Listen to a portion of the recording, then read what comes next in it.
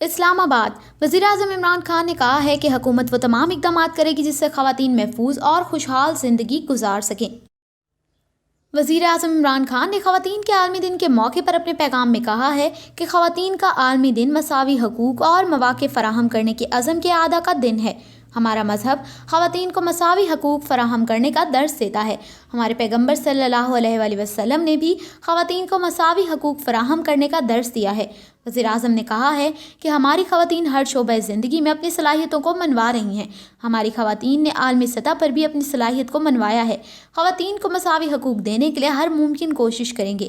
وہ تمام اقدامات کریں گے جس سے خواتین محفوظ اور خوشحال زندگی گزار سکیں۔